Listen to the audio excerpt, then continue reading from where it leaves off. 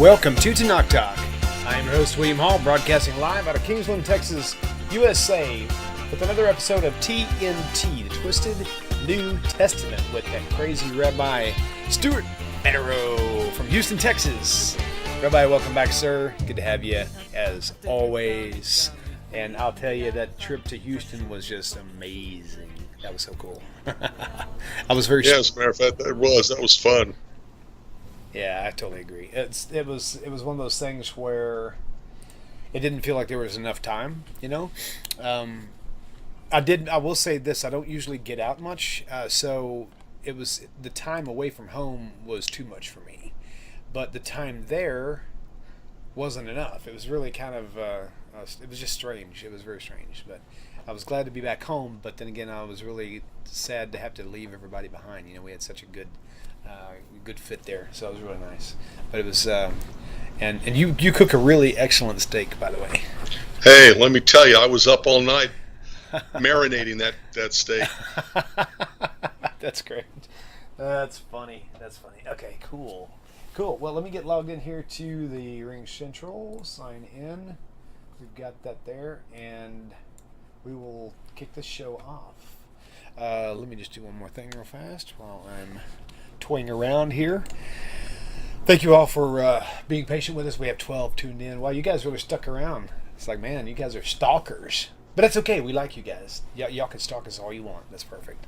So phone lines are open. 855-952-4253. And yes, I feel like 100% better. Thank you all for your prayers. It's absolutely wonderful to be back and having energy and not be coughing every time I speak about 5 to 10 words. So yeah, it's definitely much better. Thank you all so very much. Shalom Delaney, Kelsey Lynn, 1+3. It's really weird because I see names like 1+3. I'm thinking, I wish I knew their real name because it feels kind of weird on my side. And then you find out, you know, their name is 1+3, and it's like, wow, your mom was very creative. just kidding. So anyway, I used to have this standing joke, and I've told this I think about 10 or 15 episodes ago that. You know, it took me till I was like in junior high to figure out what my name was, because up until then I got called every name in the book, and most of them were not something you could pronounce in public, unfortunately. So I need to turn this fan off because I'm hearing a lot of like wind wisping, and I think my fan is doing that. Let me see if that's... Sure that's not on my end? I'll tell you in a sec. Actually, I'll tell you right now if that's... No, it was on my end. Okay. I think that's what it was, because it actually got quieter in here when I turned the fan off. So if I start sweating bullets, it's okay. I'll do it for you guys because I love y'all. So anyway, well, I'll tell you what. It's I guess we should get kicked off. But realistically, I can't kick anything off without a phone call. So somebody had better call in 855. Well, let me just tell Kelsey Lynn. Yes. Your knees are not supposed to hurt by just touching them. I just went through left knee full replacement. And a whole long years and years of stuff, and if your knees are hurting just by touching them, oh wow, you know you may want to get them looked at by an orthopedist or at least your normal physician, because that sounds like a lot of swelling and who knows what. Right. But I know how you feel. Nice to meet you, Blake Williams. Appreciate that. I'm glad you're tolerating my dry humor, so I appreciate your patience there. So that's good. I see a lot of reoccurring activity on here, and that's really nice to see you guys. The more we see those names always there, it kind of feels like we're becoming more family-like. So that's kind of cool. So, well, if y'all don't have any questions that you have on the actual YouTube chat, Rabbi, I'm going to leave the YouTube chat. You eyeballing it or keeping an eye on it, up to you, not me. I'm trying to, yeah. Because I don't really have a lot of time to be able to do that and this at the same time. So I'll let you monitor the YouTube channel as far as that goes. And but meanwhile, I'm going to just do a real quick plug. Most of you people have heard this before, but Rabbi Federow's book, Judaism and Christianity: A Contrast, is a must-have. It's really amazing. It's a good read. It's a small book. I say small, it's not big. It's smaller than your normal size, easy to read. Thank you, sir. Hold it steady. Don't move it around or anything. Beautiful. Good shot. Judaism and Christianity. Does it come with the rabbi? No. Oh, okay. You have to pay extra for that. So, but you know what? I'm sure it comes with some, free email questions and answers if you want to, especially with your. Well, that's true anyway. Well, plus they could actually download the app, and there's a lot of quick links to the app. iPhone and Yep. Android app. Look Yes. for uh, mission. Look for Jewish Mission Control. There you go. There you go. And so, yeah, it's a great book. It's not very expensive. You can get it on Kindle, probably cheaper than you can on paperback. Um, Kindle, Nook, ebook, nice. And hardbound, the app is also in Spanish. paperback. Creencia Creencia Judía. Judía.org. CREENCIAJUDIA. Okay. Creenciajudía.org. It's a Spanish translation of a much older version of the English website. Michael, hi. Michael just showed up on the chat. He came to hear Yes. Rabbi Singer speak at Nativ. Did you forget that I was there? Well, I'm telling everybody. Oh, it sounded like you were talking to me. Yeah, Michael Fairclough, it was nice to see you there in Houston at Nativ for sure. Yeah, Michael, my knee is the same thing. He says, hi, Rabbi. Okay, cool. Hi, Rabbi. Yeah, very good. Justin, good to see you, buddy. It says, great book, and the app is awesome. Perfect. Very good. Thank you, Justin. Okay, awesome. All right, well, if you don't have anything right off the bat, we could just play just for fun, just to see if this sound is even working here. There's nothing there, unfortunately. I'm going to go down to the voice messages on the Tanakh Talk Ring Central and just click a random one and see what it says. Maybe something we've already heard, maybe not. Maybe addressed to a different rabbi, but anybody can answer it, I'm supposing. Shalom, William and Rabbi Singer. This is Bruce. I just wanted to ask a question about Deuteronomy 23, where it talks about the eunuchs, basically those who had their testes crushed while they are not accepted into the congregation of the Lord, nor the Amorite. And then how Isaiah 56 states that let not the eunuch say that he is a dried up tree, and let not the foreigner say that, that we cannot be a part of the congregation of Israel, but if you keep the Sabbath and also join to the covenant, then they will be a part of the nation of Israel, the congregation. I just wanted to know if these are referring to the foreigner as in the non-Jew, or is this the northern kingdom of Israel again? Thank you very much, and shalom. Rabbi Singer, you're amazing, and I appreciate everything you do. Talk to you later. Bye. Yes, he is amazing. He's absolutely amazing. I thought his speeches at Nativ were just brilliant. Oh man, absolutely. So did you catch and understand his question? I caught what he said about Deuteronomy 23, but I didn't get the Isaiah reference quick enough. Do you want me to back it up some? Can you do that? Yeah, of course. That we cannot be a part of the congregation of Israel, but if you keep the Sabbath and also join to the covenant, then they will be a part of that, left to the congregation of the Lord, nor the Amorite. And then how Isaiah 56 states that they are not accepted. Isaiah 56. Okay. To the congregation of the Lord, nor the Amorite. And then how Isaiah 56 states that let not the eunuch say that he is a dried up tree, and let not the foreigner say that, that we cannot be a part of the congregation of Israel, but if you keep the Sabbath and also... Oh, you know what though? I think it sounds like that's not talking about the same thing. A dried up tree is something that's just old and dried up. But if a eunuch is somebody who had their,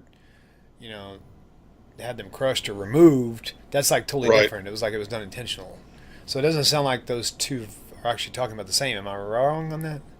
I don't think they're talking about the same, but I think that your interpretation is slightly off. Okay. Okay. I think in the Deuteronomy passage, wait, now I lost it. Yeah, Deuteronomy 23, verse 1. He that is wounded in the stones or has his privy member cut off shall not enter into the congregation of the Lord. And I think what we have to do is determine what is meant by entering into the congregation of the Lord. What does that mean? Right. To Let me, me see if it precedes this. is that where it's talking about not actually the congregation, meaning spiritual church, if you want to use those terms, but more of being marriable into the tribes? Well, I think it's is really what I've talking always about the heard. leadership, but Okay. I could be wrong. You may seriously want to wait until Rabbi Singer answers this. Okay. But if I'm trying to get the context, Sure. and Okay. Let's see what's I'm trying to get the context, but it seems to me that it's Pardon me. talking about the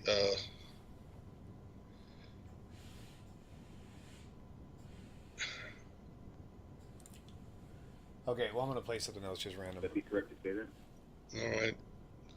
Sorry, I struck out on that one, but I think that the wounded in the stones and all this is because leadership is not supposed to have any kind of diversions. Something that would take your mind off of what they are leading. Hey, Jason. went to- Good to see you, buddy. Glad you made it. I went to 22 to see if there was a context. And, I don't know what that bell is. Hello, my name is Megan Parker. I'm calling from Knoxville, Tennessee. I have a question for the rabbi. My whole family was raised Southern Baptist, and since obviously we've done a lot of learning and studying, my husband and I have went while my younger brother has decided to become atheist. One of the questions that he continues to ask me that I can't seem to find a satisfactory answer for is, when God destroyed the earth, why did he choose to do so by flood? Which, obviously would have been a very drawn-out, horrible death, by drowning. And there were animals, baby animals, children, babies, and it just seems like such a horrible way for God to have destroyed the earth when, obviously, there has to have been other ways that maybe would have been a little more merciful. So my brother has pretty much told me that that's one point that he just cannot get past, is if God is a loving and merciful God, why didn't he show more mercy to the people that he destroyed when he needed to essentially start the world over again? So I have desperately been looking for an answer for that, if the rabbi has anything that he could add. Thank you. You know what's interesting? One of the first things that comes to my mind when I hear that is the person doesn't, not her, but her what would she say, her son, who was atheist because He of was this? a brother. A brother. Doesn't really seem to me to be genuinely seeking God. He looks like he's more trying to find an excuse not to serve him. Because Well, that's true. You know. I happen to agree with you. That's what a lot of atheists do. and especially with this scenario with him, I mean, it seems like, because of he could have found a more merciful way to destroy the earth, like by fire, maybe torture people by fire, or crush them with stones. I mean, honestly, water would be the way to go if you're looking for mercy, right? Well, I would think so, because when a person dies from drowning, it's rather quick. I mean, They try to hold their breath as long as they can. Right. But at the first time they try to breathe air and all they get in is water, Right. Death, air cut off the supply is pretty quick, if I Yeah. understand it correctly. Yeah. I mean, you got water in your lungs. The oxygen doesn't get to your blood. You lose consciousness rather quickly. So I don't think there's much pain in a drowning. Right. So I'm not sure how merciless it is as her brother wants to make it out to be. Sure. The second thing is you have to remember something. The flood was punishment for their being evil. Right. Okay, this was not just a random. Yeah, and it wasn't the innocent that were punished. Exactly. Right. That's a good point. And the same thing happened with the taking over the promised land in Genesis, and then again in Deuteronomy. Well, at first in Genesis, God says to Abraham, to Abraham, or maybe it's to Jacob, but he says the sin has not yet come up to me, or some words to that effect, of the people in Canaan, in the promised land. In other words, it's not yet time to punish them for all their sins. Right. And so that's why they don't take over the land immediately. And then you get in Deuteronomy the admonition to Moses and Joshua. He says, now the time has come. So that when the promised land is taken over, atheists will also point to that and say, oh, horrible God, horrible God. And they forget that the text explicitly says they're being punished for their sins. And what sin did they commit that was so horrible? They were sacrificing their children to the gods. Wow, right. That's pretty deep. Okay, yeah. That caller just called, but then I think they hung up before I could get to it. Oh, that's too bad. It's okay. They'll probably call right back, I would imagine. Zechariah wants to ask a question about the book of Revelation. Okay, perfect. But he doesn't ask the question.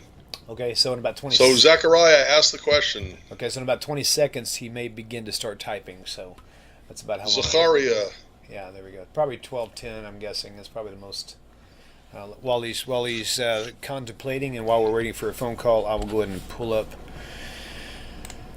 up our shot on the Biblia. By the way, I want to go back to something you said about atheists, especially new atheists. They really atheist, without God or no God, is they're not for anything. They're against something. They're against the belief in God. They're against the believers in God. Okay. And so they're not trying to formulate an idea. They're trying to show why the idea everybody else has is wrong. I think that's what they were doing. Okay, does the rabbi know how the Christian Bible came up to the number of 144,000 derived from the 12 tribes, each 12,000? Why is there a difference between regular Christians and Jewish Christians in the book of Revelation? Okay, that's a good question. I'm not sure why there's a difference between regular Christians and Jewish Christians.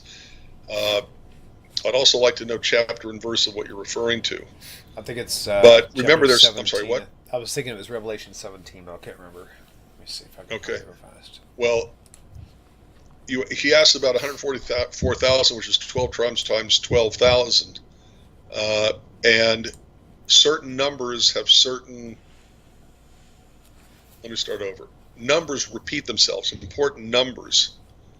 Daniel says it's Revelation 7, so let me... All right, while you're looking that up, let's take this caller. Caller, welcome to the show. Please tell us your name, where you're calling from. Jay from Alabama. Jay, welcome back, brother. How are you, man? Feeling pretty good. Got a question? You got time? Yes, sir. Rabbi Federow's got his ears on. I've got mine on, and let's have us a shindig. What do you got? Okay, it has to do with God not allowing human sacrifice. But in Judges chapter 11, verse 30 through 39, I'm kind of struggling with because it deals with... Okay, wait. Judges, Jephthah, and you said 30 what? God that he'll sacrifice. Hang on just a second, Rabbi. The first thing that comes out of his house is a burnt offering. Yeah. God lets him win the battle. Judges 30. Short, God lets Judges 11. And he has to sacrifice his daughter. Okay, Jay. Yeah, hang on one second. I'm just going to kind of pull that up here. Judges... You said Judges 11, 30 through 35, right? 30 through 39. Oh, yeah, Jephthah, that's right. Okay, cool. Okay, so interesting. Yeah, that's something, the one thing I got out of this story, I have to go before Rabbi because most of the time the stuff that I say is either missing something or I've got it completely wrong. So this way he can say, nope, that's not right, or yes, it is. So this is like his way of teaching me through all this too. So stay on the line for a minute. Okay, so... my whole overview on this was that God never approved of what he did. God never said for him to do it. God never blessed him for it. There was nothing major that took place here that would actually lean one way or the other. But the most important thing was that God never told him to do this. And the fact that he followed through with it is actually even questionable in the Midrash because part of it says that it never actually went through and actually literally killed her. But that she, and I'm missing some bits and pieces, but if you throw out the Midrash and just see the story, it was still something that God didn't hold him accountable to do. It was just something he chose to do. That's all I got on it. Rabbi, can you fill me in some more? or correct me Well, what I said. you got I'll to hang take up a and look at listen all to the verses. Okay, Jay, thank you, brother. Okay. Let's see. Okay, Judges 11:31. Okay, that it shall be that whoever comes forth out of the doors of my house to meet me, when I return in peace from the children of Ammon, shall surely be the Eternal's, and I will offer it up for a burnt offering. So Jephthah passed over into the children of Ammon to fight against them, and the Eternal delivered them into his hands. And he smote them from Aroer. By the way, I did a archaeological dig at Aroer. Really cool. Yeah, 100,000 years ago, 41 years ago. I thought you looked kind of old, but I didn't know you were that so old. Okay. it says in Judges 11:34, and Yiftach came to Mizpeh and his house, and behold, his daughter came out to meet him with timbrels and with dances. Okay, and here's an important line. And she was his only child. Besides her, he had neither son nor daughter. Okay? Okay. So it's saying that Yiftach, that Jephthah, had no other children besides his daughter. Okay. Okay. And it came to pass when he saw her that he rent his clothes and said, Alas, my daughter, you have brought me very low, and you are one of them that troubles me, for I open my mouth to the Eternal, I cannot go back on my word. And she said to my father, If you have opened your mouth unto the Eternal, do to me according to that which you have proceeded out of your mouth. For as much as the Eternal has taken vengeance for thee of thine enemies, even of the children of Ammon. And she said to her father, Let this thing be done for me. Let me alone 2 months, that I may go up and down into the mountains and bewail my virginity, I and my fellows. She doesn't say, and bewail my life. She doesn't say, cry about my death. Okay. She doesn't say anything about being sacrificed on an altar by being killed. Okay. She's bewailing her virginity. And he said, Go, and he sent her away for 2 months, and she went to her companions and bewailed her virginity upon the mountains. Again, that's verse 38. Nothing about her death, nothing about dying for somebody else. There's not a word in here about dying for somebody else's sin. And it came to pass at the end of the 2 months that she returned to her father, who did with her according to his vow which he had vowed, and she knew no man. Ah. What is it that Yiftach was sacrificing? Thank you. There was no life sacrifice at all. Bingo.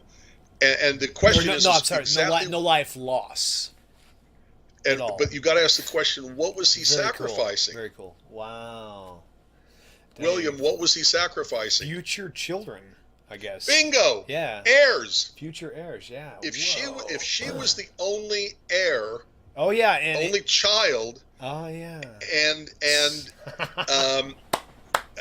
she's not going to have any kids. Right. Then Yiftach is giving up heirs. Yes, right. Which means he's also giving up.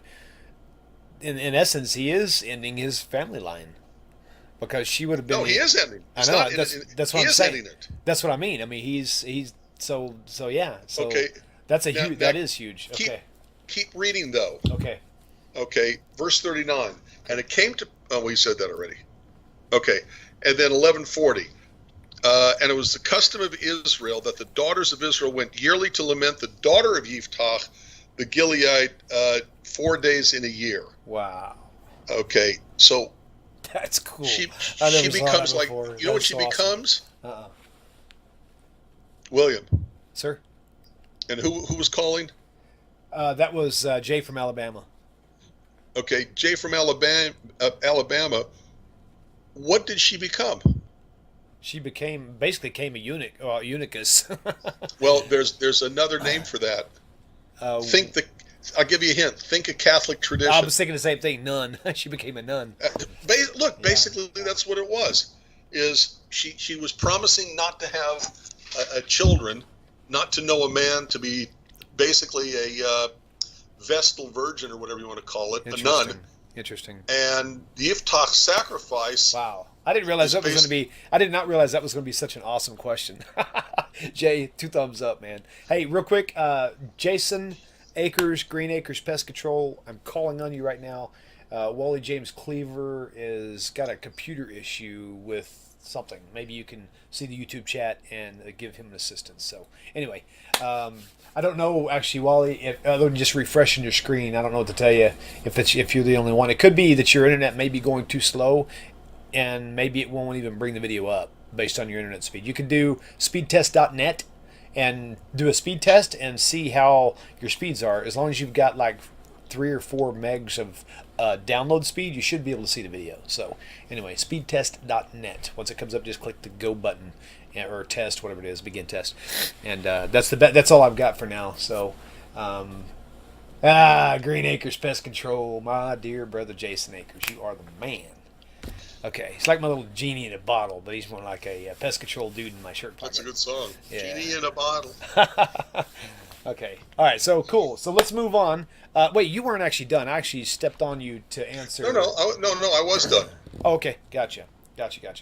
Okay, cool. So that's really good because see, actually, I've heard somebody refer that before a couple times, and my only answer was that little cheesy one that I gave up front.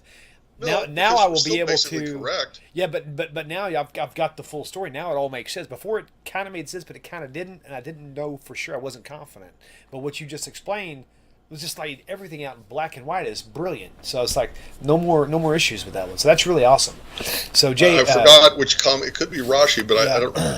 That's really. I don't remember which commentary it is, but that's how they deal with the text. Julie, sell your house so you can come to Israel before 2018 to Knock Talk tour. Let's get that house sold, woman. Okay. All right, Rabbi. So what's up now? What's your big? Never mind. Hold that thought. Let's take this call. I didn't even know what you were going to ask. That's good. I'll have to hold that thought myself then. Caller, welcome to the show. Please tell us your name. Where are you calling from? My name is Blake Williams, and I'm from Denver. 3 plus no. What is it? 1 plus 2? No. What is your YouTube page saying? Oh yeah. 1 plus 3 equals B. Yay. Blake Williams. I finally have a name and a sound with the 1 plus 3 equals B. That's awesome. What's your question for Rabbi? Thanks for calling in, by the way. Yeah, no problem. So I have kind of 2 questions. My first is... First, let me ask you a question, if you don't mind. Blake? How did they decide... Blake? Oh, sorry. No, that's okay. First, if you don't mind, I need to ask you a question, but it's more of a technical question, a studio technical question. Uh-huh. Do you hear an echo when you talk to me? Can you hear your own voice repeat back to you at all? No, I can't hear an echo. You can or cannot? Slight echo, but not everything's echoing. Okay, good. Because I had that on Sunday, and I honestly have no idea why that's happening. My friend Jason, actually Green Acres Pest Control, will probably help me resolve that. Okay, sorry. Go ahead and start over with your question, and I'll be sure to be quiet while you talk. All right, no problem. So my first question is, how did they decide what went into the Tanakh, and how did they know when to cut it off?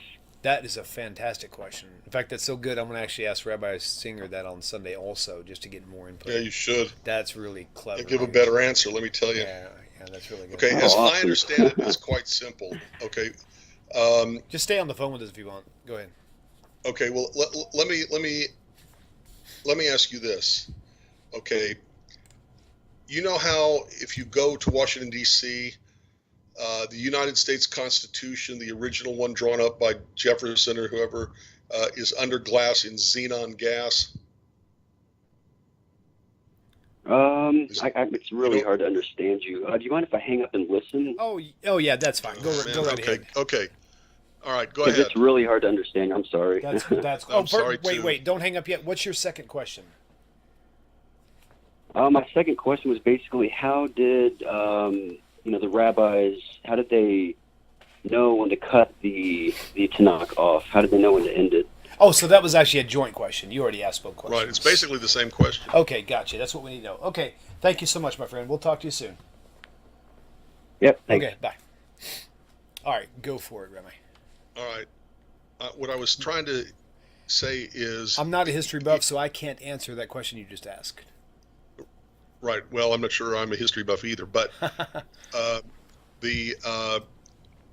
I was going to say is in Washington, D.C., there are certain documents that are considered so precious that they're kept in xenon gas so that oxygen cannot get to them. And they're under glass so that they're sealed off so that air can't get to them, and they're kept in xenon gas, which prevents it from disintegrating. Gotcha. That makes sense. Okay. I have heard some. So I didn't know it was xenon gas. My but I know question is so. what documents do we consider to be so special to the United States and our history that we would do that to them? Okay, we're not going to do that to a letter in French. Okay, sent to the French ambassador. Okay, in 2010. Okay, in other words, we're not going to see something in a foreign language to be as important as something in our own native language. Okay. No matter what it is. So to be in the Bible, it had to be in Hebrew. Gotcha. Okay. Remember, the passages that are in Aramaic, which indicate their lateness, okay, are still surrounded by Hebrew context. So Daniel, is the big one. Most of Daniel is Hebrew. Right. Okay. So first of all, it has to be in the right language. To be considered biblical, it had to be in the right language. So any text that was originally written in Greek. Oh yeah. So either Hebrew or Aramaic. So for example, books of 1st and 2nd Maccabees. That's a story about a Jewish holiday and an event in Jewish history, but it's not so ancient to be considered, scriptural. It's our history. It's our history of a holiday we still continue to celebrate, but it's not considered biblical because even back then there was no original document that was Hebrew. Right. Most likely it was originally written in Greek, the lingua franca. The main. Oh, cheers, William. Cheer. That looked good. 30 seconds, 20 seconds, man. See, I tell you, there's a lag on the. Stop watching video. Okay, the second thing is the period of time. Okay, Judaism believes that prophecy ended at about the time of the first destruction of the temple, 586 BCE. So that to be what we call in the Bible, okay, to be considered biblical, Holy Writ, Hebrew Scriptures, Tanakh, it had to be written before the first destruction of the temple or around the first destruction of the temple. And at minimum, it had to be like about the it had to be concerning events that took place around the first destruction of the temple. So the prophecy was considered to have ended at the first destruction of the temple. The last book. The destruction of the first temple or second temple? I'm sorry, what? You said the destruction of the first temple? Yes. Malachi is considered the last book of the Bible, but what's it about? Yeah. I'm sorry. Yeah, you're right. Okay, so the point is that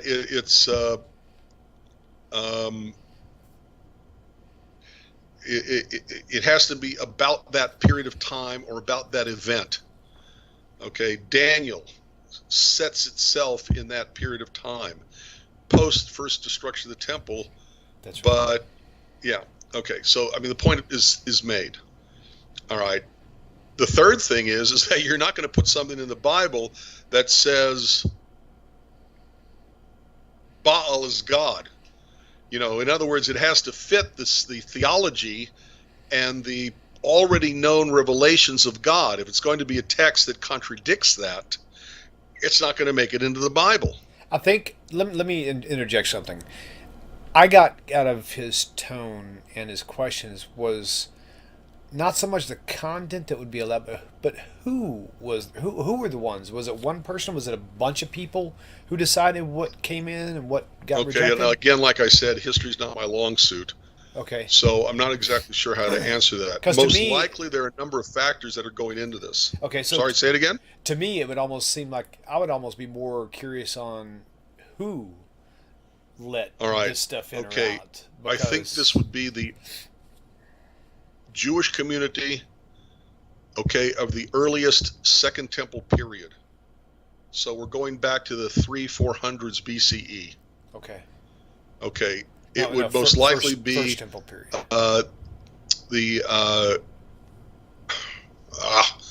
Me and names. That's okay. By the way, William, if you ever thought about doing this in the morning when I was more awake, it would not help. Oh, that's funny. Okay. Okay.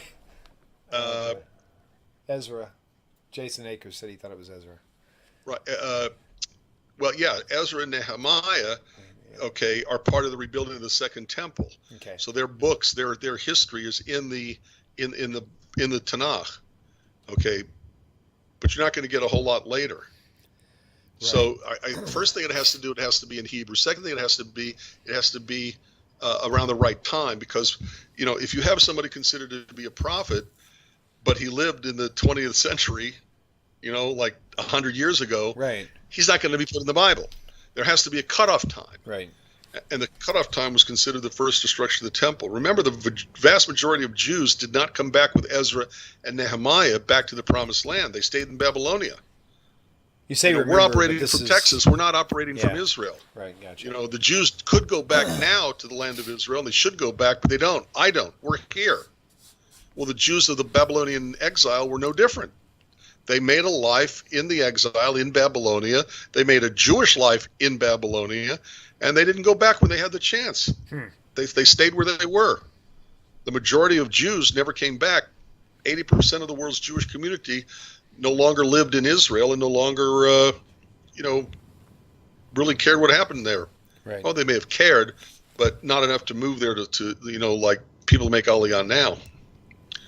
And of course, the third thing is it has to be in consonance with the already accepted revelations from God. If a text contradicts Torah, if a text contradicts the basic theology of Judaism, it's also not going to be put in the Bible either. So I think those are the three main characteristics. And your question about who did it, okay, there are a number of factors that are going in on this. Okay, William, if I was going to do let's say I was going to write a story about the Civil War. Okay, don't you think I would have to have something in there about Abraham Lincoln? Okay, I mean, it's only logical that if I'm talking about the Civil War, I'm going to say a lot about Abraham Lincoln. Okay, so the people of the day, okay, from let's say about 100 BCE, going back all the way to the first destruction of the temple in 586 BCE, there were certain texts and certain people who became famous. They knew about them. The average Jew on the street would know, if you're talking about the destruction of the temple, don't you think you have to say something about Ezra and Nehemiah? Don't you have to have a text that at least mentions Cyrus of Persia, allowing the Jews to go back? Right. They were not in a bubble. They knew the history. They knew things of their own people's backgrounds and history. And another thing is, if you have these stories and these books circulating, and the Jewish community already considers them to be special and important and useful and whatever, then the people who are determining what goes into what we call the Bible are going to have to pick those, because everybody knows about them. You see what I'm saying? Right. Right. So I think that's a fourth element that goes into who and how the Bible gets written. Okay, gotcha. Okay, so the people, whoever it was, probably the Jews of the early Second Temple period. So let's say past. Okay, pardon me real quick. I'm sorry. Something like that. I apologize to all of you for grunting or clearing my throat in the phone. And I actually grabbed the wrong and turned the wrong volume knob down, so I apologize. I also find it interesting that the Jews acknowledge the fact that God speaks to Gentiles and sends them prophecy as well, but that the Jews are closest to God and therefore receive clearer messages. I agree with you. The reason why God in the Bible, in the Torah, in Genesis, starts out with Adam and Eve, who are not Jewish, is because it shows that God cares for all peoples, not just Jews. Okay, the Holy Writ, the sacred scriptures of other religions usually begin with either the number one person who founded their religion or they begin with believers already in that religion. Our Bible starts out, look, Jewish tradition calls Abraham the first Jew. Okay. Right. If Abraham is the first Jew, Noah is not the first Jew. Noah's not considered Jewish. Right, that's true. Okay. And now tell me, you said that the Tanakh calls Abraham the first Jew? No, I did not say the Tanakh calls. I said the Jews call Abraham the first Jew. Why do they call Abraham the first Jew? Because he was the first to recognize the singular nature of God, the oneness of God. Okay. Okay, so you're actually kicking off a bunch of different questions in my mind now. So well, there are other reasons that go into it. Let me discuss that a little bit. Okay. Sure. There's midrash on this. There's commentaries on this. My favorite one has to do with Noah. The other person who would be in line to be considered the first Jew would be Noah, and Noah talked with God. Noah obeyed God. Right. Okay. Noah was considered righteous in his generation. So why wouldn't you give the honor of being considered the first Jew to Noah? And the answer is actually rather simple, at least in the Midrash. And that is, when Noah is told that the whole world was going to be destroyed, what does he do? He shrugs his He was like, okay, whatever. Yeah. Yeah. He says, exactly. okay, you want me to build an ark? Tell me where. Right. No defense of anybody else. No concern, no compassion, no nothing. When Abraham is told that only 2 cities are going to be destroyed, okay, what does he do? Now, wait a minute, God. Shall not the God of justice do justly? What if there are righteous people? Are you going to kill the righteous with the guilty? Right. Okay, and so Abraham, because he defended the meek and the powerless, was given the honor, according to the Midrash, of being considered the first Jew. But both Abraham and Noah talked with God. God talked to them. They both responded to God's commandment. Okay, Lech lecha. Okay, go. Literally, go for yourself. Right. Okay, and Noah's told, we're gonna have a flooding. Yeah. No, I am not that old, so don't go there. Unless you give me a year and a band, you won't be happy with me. So I know you're into Britney Spears and all, but I like all sorts of music. I am too, actually. Not my favorite, but I'd even go listen to opera. Actually, I like opera, especially whenever it's caught me by surprise. That's for sure. Okay, let me back up real fast. Do me a favor, do a quick plug. I'm going to derail you just for a second. Someone wants to know what is the best version of Hebrew to English translation? Would it be ArtScroll? Would it be JPS? Would it be what's the best translation? And my response is all of them. I was going to say the same thing because you're going to have some missing pieces in all of them. So you have to have 2 or 3. You're also going to have nuances. Yeah, right. Okay, the first thing you have to understand when you're dealing with any translation is don't take any translation literally. Right. Don't assume that the way they render the English from the Hebrew, okay, should be taken verbatim, literally, just exactly as stated. But rather get 2 or 3 or 4 or 5 or 6, whatever, translations of the text you're studying, and understand from the nuance of each translation what the author, capital A, is trying to say. Right. And I think this is going out to Nicholas Jacobowski, if I did your name right. I'm pretty sure. I'm looking for you now. I can't find it now. I see it. A Jewish English translation of one of the books would be good. Yeah, who was it that said that? It was Nicholas Jacobowski. Yeah, okay, good deal. Okay, perfect. Okay. Yeah, and I totally, not that I have no scholarly reason to tell you that personally, but from my experiences, I totally agree because, ArtScroll, there's things, and then there's things, but if you put like 3 or 4 of these together and just do a really deep study and just stay plugged in and listen to your rabbis, you're going to find out that you're going to need more than just one to be able to kind of put the pieces together correctly. Yes, exactly. And by reading a number of translations, you get really what the idea is that they're trying to get across in the original Hebrew. And of course, it must be said, learn Hebrew. If you really want to know what the Bible says, learn Hebrew. Okay, Nicholas asked the question, I am unsure of what book of Tanakh I should read and study.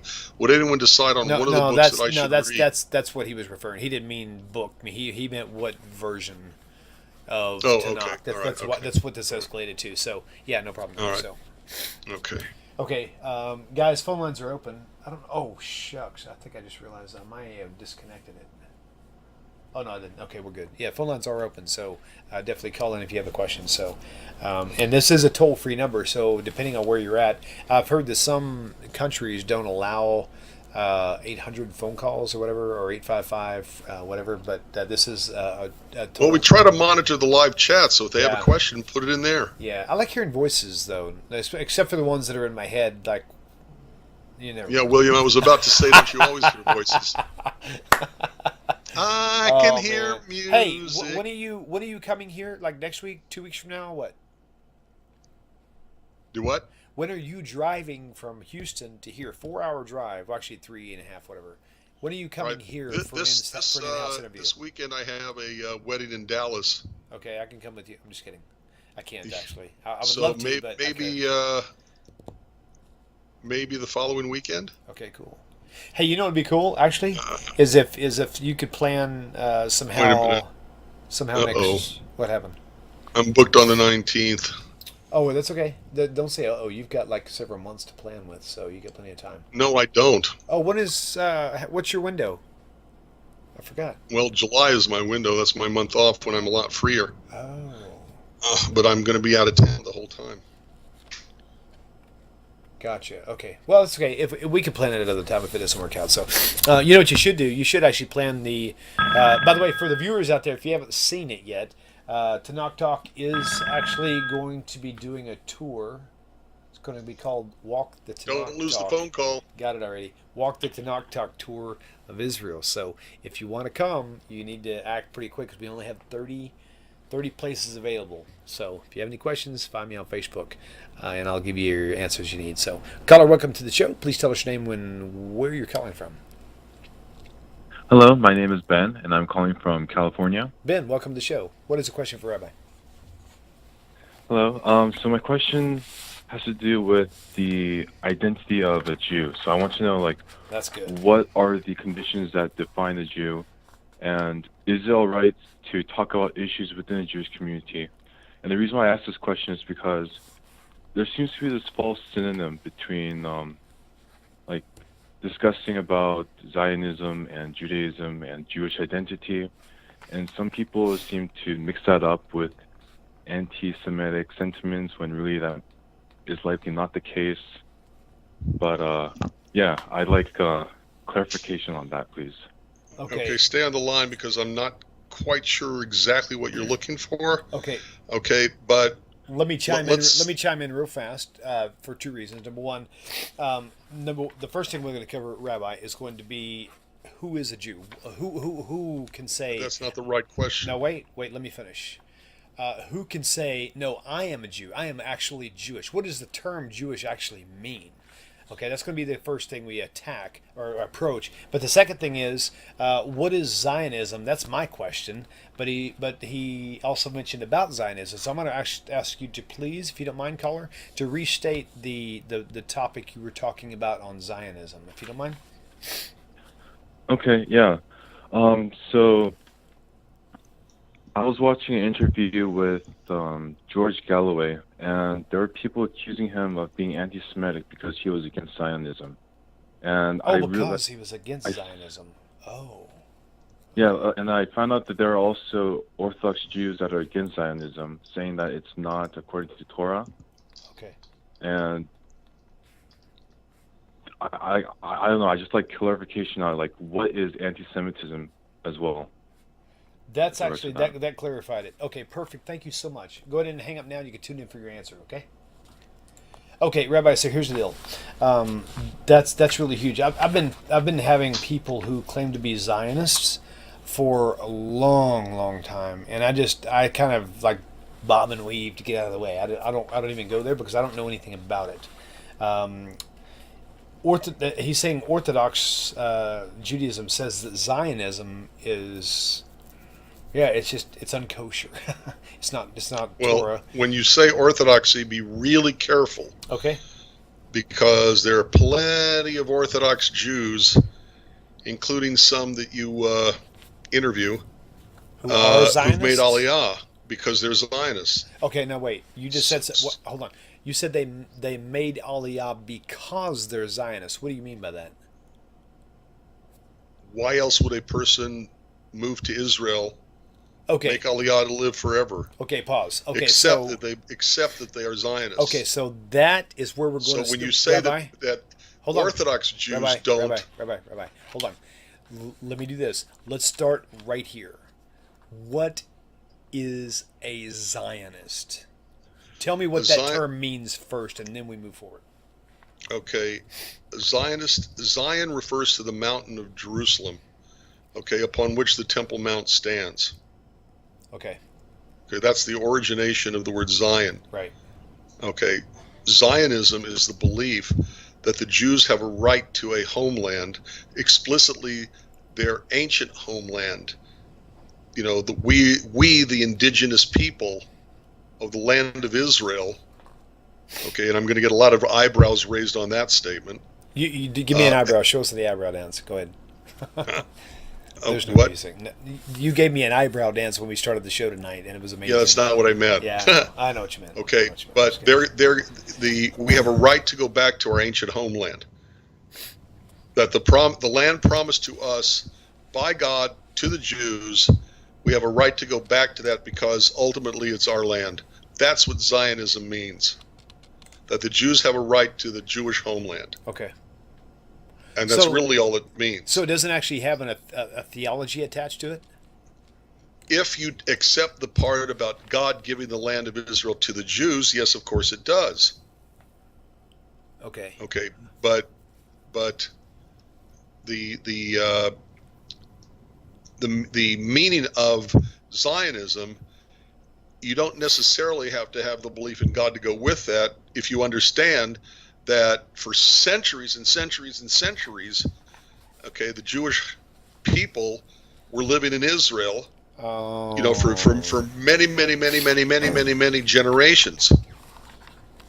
Okay. As a matter of fact, if you take it, every census ever taken of the peoples in the land of Israel, the promised land, okay, Jews outnumbered the non-Jews there every single census that's ever been taken. I forgot the year, okay, they did a census, and even then they found out that the Jews outnumbered the Arabs, Muslims in the area. Okay, let me throw a point out real fast just to kind of catch an overall concept up to date. Okay, so this will actually help all you people out there who actually have ever tried to paint your inside your house, touch up the walls or whatever. I'll connect it in a minute.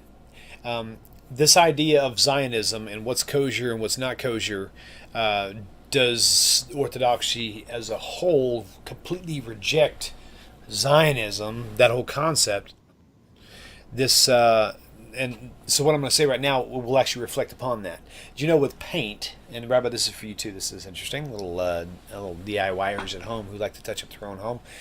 With paint, did you know that you can paint oil-based paint over latex, but you cannot put latex paint over oil base because it won't bond to it?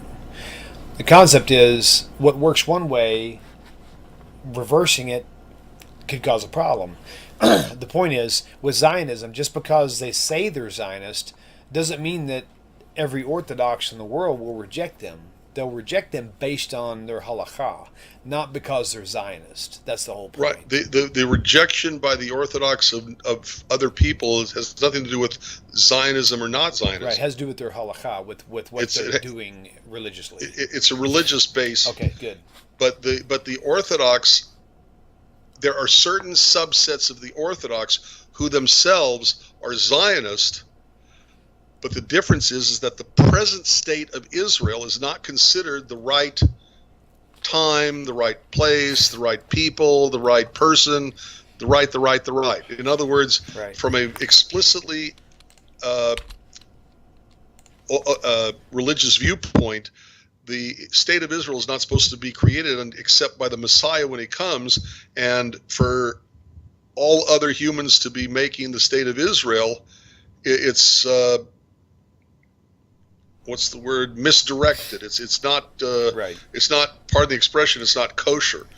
So they don't believe in the existence of the modern state of Israel, but that doesn't make them not Zionists. They're just saying that the state of Israel that should be created by the Messiah himself when he comes. Now, Jacob Daniel asks, he goes, how can you separate Zionism from true Judaism? And to me, the answer is kind of clear. Zionism is just a title that a lot of people apply to their emotional, collection of how they feel about things.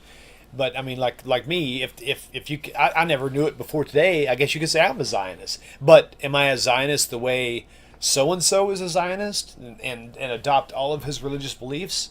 Probably not. I mean, if what Rabbi is saying is true, that Zionism literally only means that Jews have the right to their land, and that holy land by Mount Zion, if that's all it means, that's a really, really broad spectrum. That covers a broad spectrum of people. Well, right? There are different ways to approach Zionism. There's the religious Zionism, which says that this is our land given to us by God. There's political Zionists, which say we should go back to our homeland because it's the only place we can know that, except for known enemies, we're protected. Right. We've got a place to go that'll take us. If the state of Israel had existed before 1933, when Hitler, may his name be blotted out, was brought to power, the Jews would have had a place to go.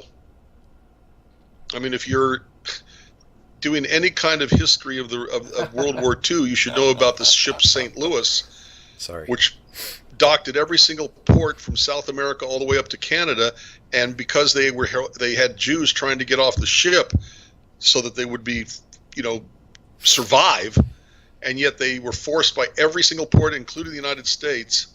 They had to go back to Germany, where the boat originated from, and many, if not most of them, died in the Holocaust, and they knew what they were going back to. So did the ports that rejected them, that wouldn't let them, land and put off their human cargo.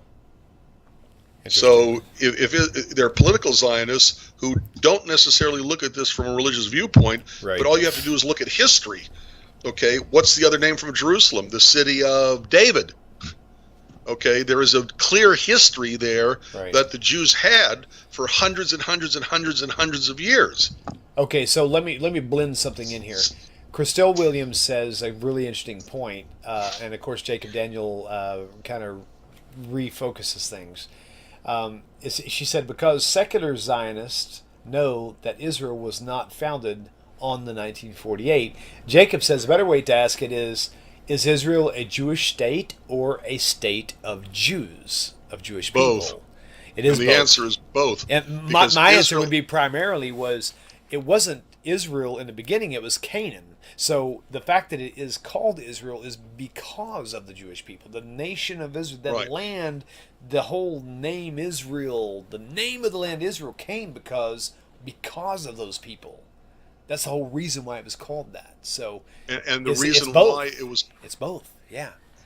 And the reason why the area was called Palestine, okay, there never was a country, okay, with a president or prime minister or king or leader or anything called Palestine. It was called, I can't think of the first word, something or other Palestina, by the Romans, who wanted to disassociate the Jews from the Jews' own homeland. Wow. So when the Jews took over the land in 64 BCE and then scattered them after the second destruction of the temple in 70, they renamed it Palestina, okay, or Palestine, because they wanted to disassociate the Jews from their land, and they named it after Philistines. The Philistine is the same word as Palestine. That's what I thought. I was thinking, wait a minute, wasn't it like a play on words? Right. Even though at the time of 70, I don't think there were any Philistines left. Right. Okay, they either died or they were absorbed into other peoples, nations, whatever. Right. Okay. So,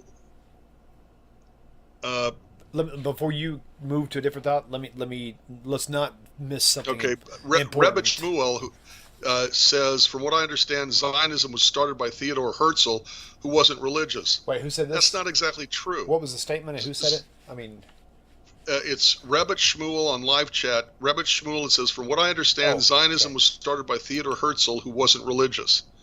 Okay, that's not exactly accurate. Okay.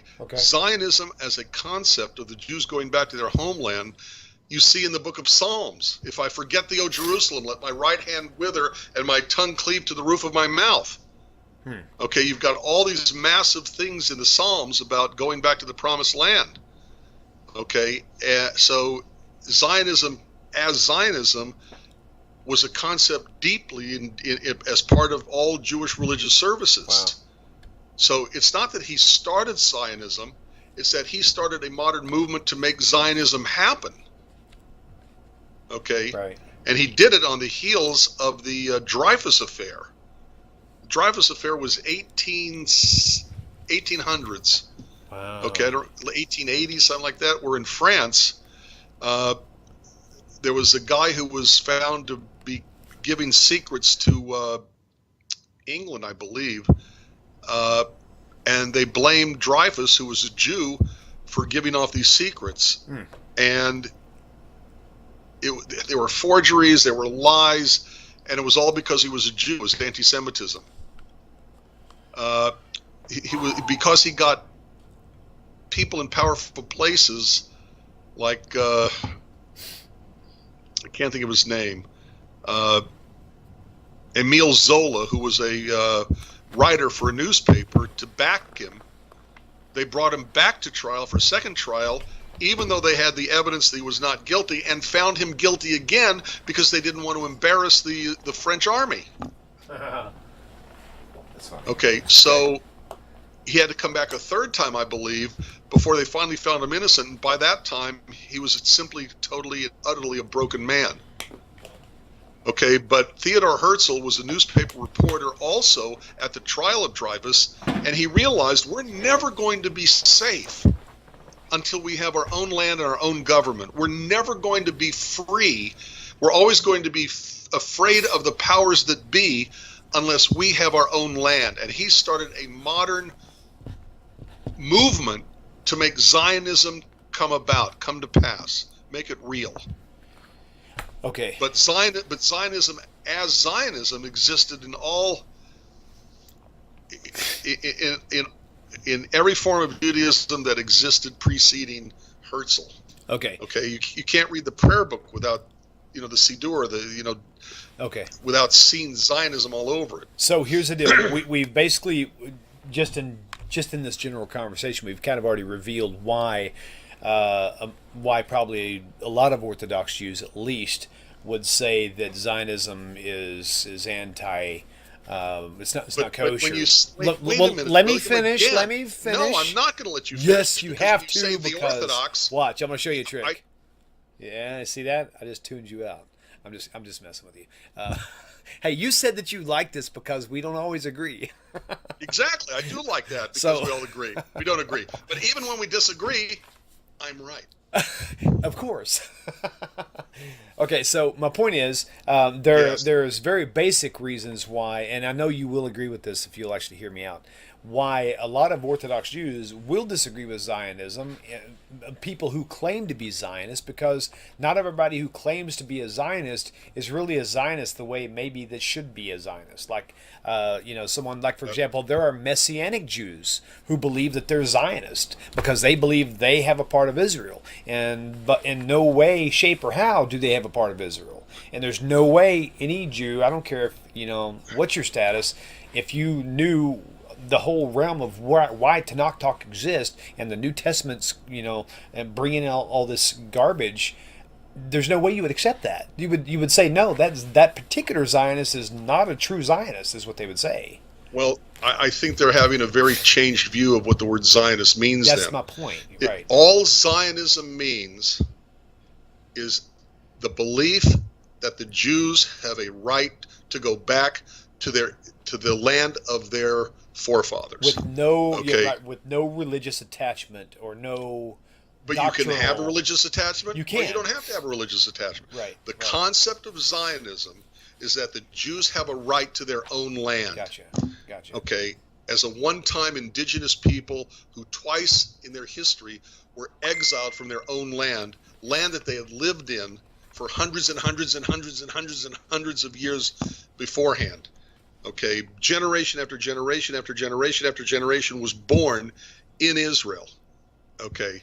It's our history. When we read in the Bible about Solomon dying and then the two sons take over and split the land of Israel into Right. two, a northern and southern kingdom, it's the Jewish land.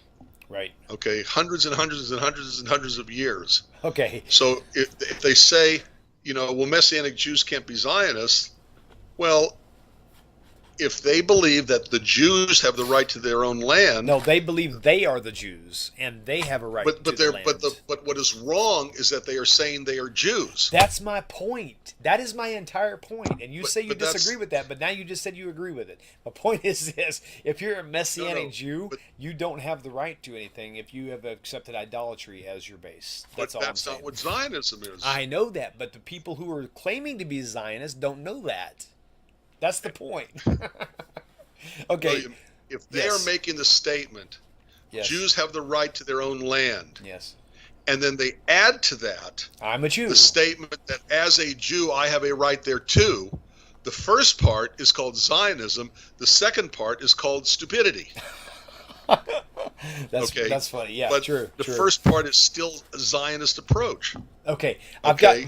Listen, we have already passed an hour, but it feels like we've only been on here for 15 minutes. I don't want to quit. If you can keep going, we're going to keep going I'm for a going to while. keep going because we didn't discuss his original question. Right. Well, we kind of did on the Zionism part, but we did not answer what is a Jew. And my response is the following. Okay, good. It's the wrong question to ask. When you say who is a Jew, Okay. that means you got somebody in mind. Okay? Explain. So the first question you have to ask is, what is a Jew? Actually, that's what I just said, but that's not what he said. He did say who is a Jew. Yeah, what is a Jew is the proper question, right? And that's what you actually said? Actually, what I said was what is a Jew, but I actually Okay, wrote fine. down who is a you're- Jew, which that's is what the he way said. to word it, in my opinion. Okay, good. That's fine. Go for Okay, it. let's go back to the ancient world. Okay? Okay. And I know a historian would have a fit with what I'm saying, so try to understand what I'm saying and don't get mad at me for how I say it. Okay. Okay? Are you talking to me or to the people?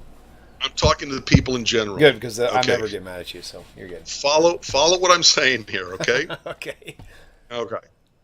You've got a person living in Athens, Greece. He wants to have rain for his crop. He goes to a temple to pray to that god for rain for his crops. Okay. What's the name of the god he's going to pray to? Whichever God is of that country. Whichever Exactly. God. Right. So He's going to go pray to Zeus because Zeus, the god of thunder, is the one who does rain. Okay? But let's say that he now has an economic problem and he's got to move from Athens, Greece to Rome, Italy. Okay? To Rome, because Italy didn't exist yet. Okay? He establishes his farmland. He's got a farm now, but he needs rain for his crops. Is he going to go pray to Zeus, his god in Athens? Or since he's now in Rome, he's going to pray to the god of Rome. Exactly. That's He's the going to go to Jupiter. Right. Okay. Listen to how I'm saying this. Okay. It means the country you live in determines the God you believe in. Right. You follow that? I do. The country you live in determines the God you believe in. Okay. If he then says, I can't make a living here, I have to go north, and he goes to the Germanic area of Europe, he gets his farm, but now he needs rain, he prays to the god called Woden or Odin. Yeah, right. The country you live in determines the God you believe in. Right, gotcha. Now you got the Jews come along. Doesn't matter if the Jews live in Rome, doesn't matter if the Jews live in Germany, doesn't matter if the Jews live in Athens, Greece. There's only one God. Doesn't matter where you are, it's the same God. So for everybody else, because they believe in multiple gods, the country you live in determines the God you believe in. But for the Jews, the religion, the God you believe in, determines the nation you're part of. Okay. Still with me? Yeah. Which is why Zionism is. Forget Zionism. I'm not talking about Zionism right now. Yeah, but it means the same thing, though.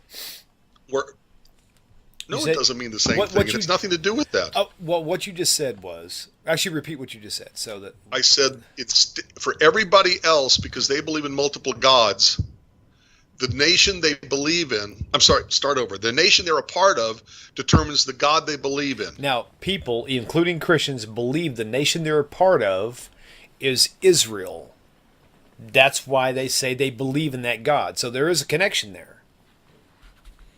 Okay, that may be true. That's not where I'm heading now. Okay. Bear with me. Okay. We're only discussing one topic. What is a Jew? Okay, gotcha. We're not discussing Zionism, the state of Israel, land of Israel, Zionism, Okay. nothing. All right, gotcha. Okay, we're just trying to understand what is a Jew. You got it. Okay, go ahead. Okay, so you first have to understand that for the Jews, as told to Abraham by God, we are a nation determined by our religion.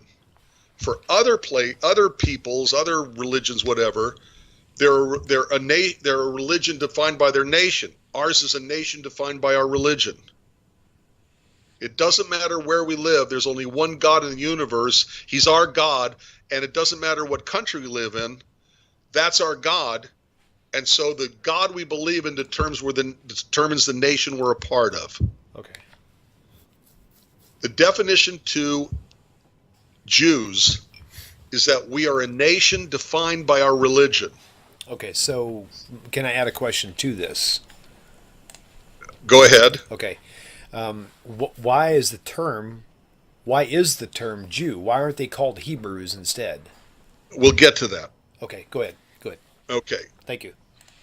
But the first understanding of what is a Jew is that the Jews are a nation defined by the religion.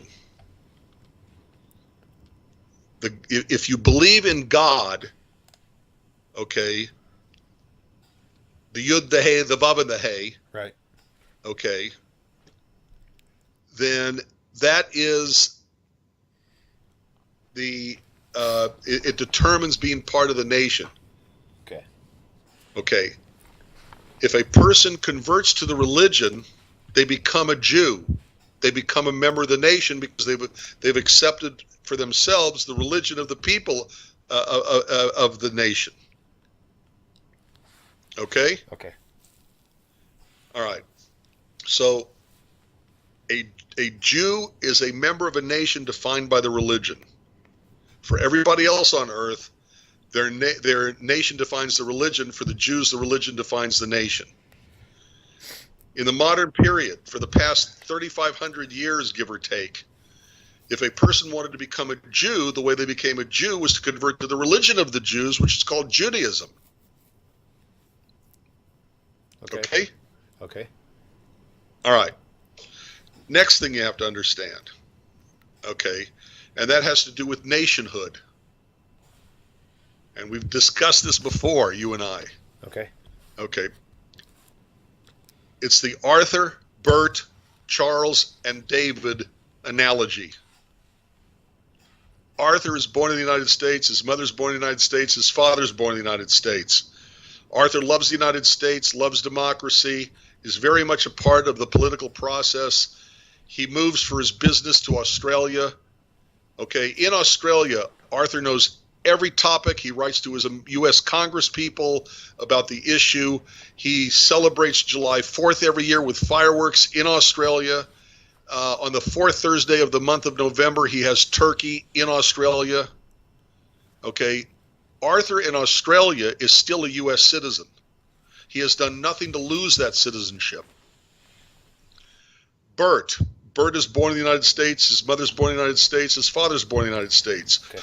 Bert couldn't care less about democracy, couldn't care less about capitalism.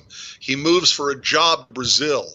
Bert in Brazil, as long as he's got his paycheck, his beer, and his television, he's happy. Okay? He couldn't even tell you who the president of the United States is. July 4th comes and goes, means nothing to him. He does nothing to support the United States of America. He does nothing to support democracy. Couldn't care less about all that political stuff. His beer and his TV and his paycheck, he's happy. Even though Bert is living in Brazil, couldn't care less about democracy in the United States, he's still a U.S. citizen. Charles is born in the United States. His mother's born in the United States. His father's born in the United States. Charles hates the United States, despises everything it stands for. July 4th comes, he puts on sackcloth and ashes and goes into mourning. He gets so disgusted he moves to China, and in China, he gives money to Al-Qaeda and applauded when the Twin Towers fell. Charles, living in China, may hate and do everything against the United States, but he's still a U.S. citizen because he's done nothing to lose his citizenship rights. Now we come to David. David is born in the United States, but his mother is born in Dubai, and his father is born in Denmark. When David hits the right age, which I think is 17, I'm not sure which, he has to choose citizenship. Now, the United States does in fact have dual citizenship with many countries around the world where you can be considered a citizen of both countries. But by and large, okay, we're only talking about 3 places for David right now: Denmark, Dubai, and the United States. David cannot say, hey, you know something? I really like the continent of Africa, and I'm going to become a citizen of Kenya. Why? Because he's got no inheritance rights to inherit citizenship rights. Okay. Which the nations have decided you get through your mother or your father.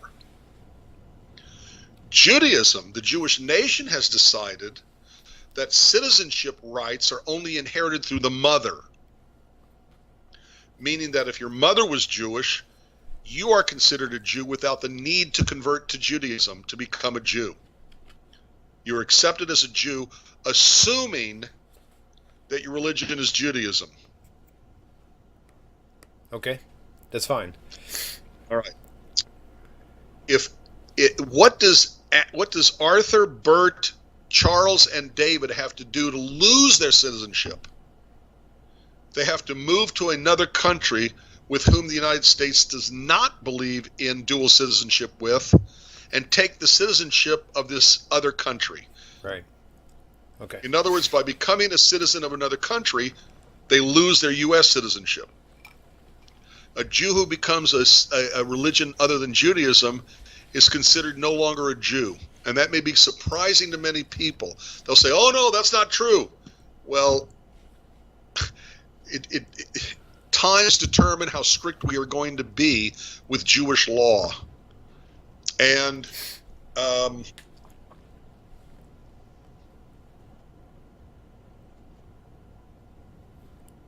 know it's here somewhere.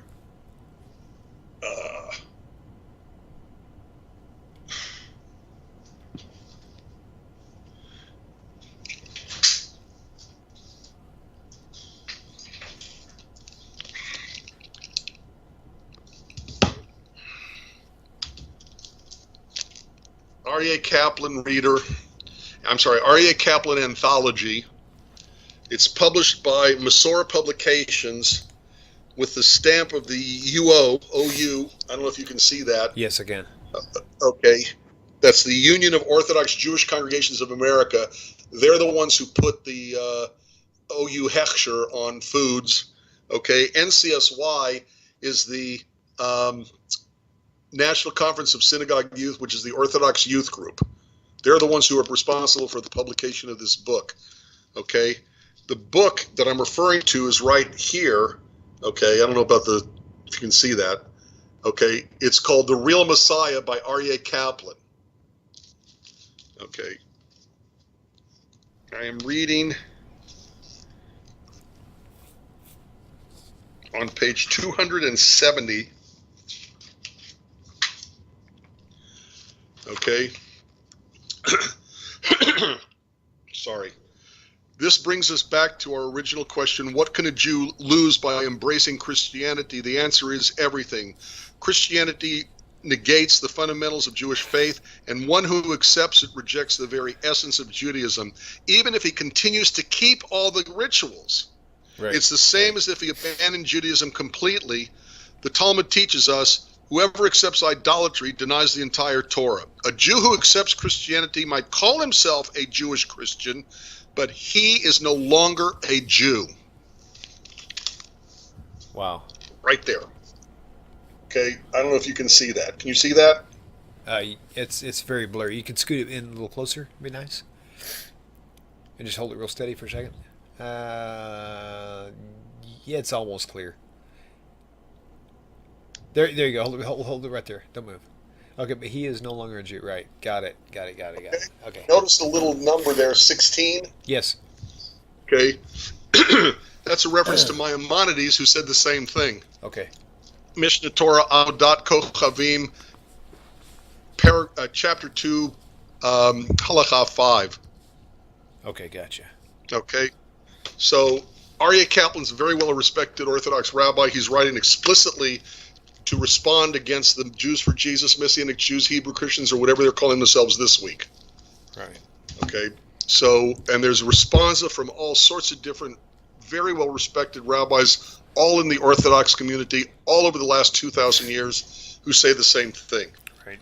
Okay. Okay. So, when in times of need, you can be lenient. In times of need, you can be not so lenient.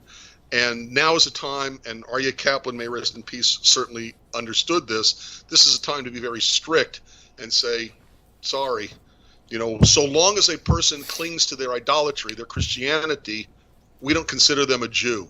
Right. But if they want to come back to Judaism, we can be very lenient, but only for those coming back to us, not while they still cling to their Christianity. Okay, so the point is that the Jews are a nation defined by our religion. Right. And in order to be a Jew, your mother has to be Jewish, or you have to have converted to Judaism. It's that simple.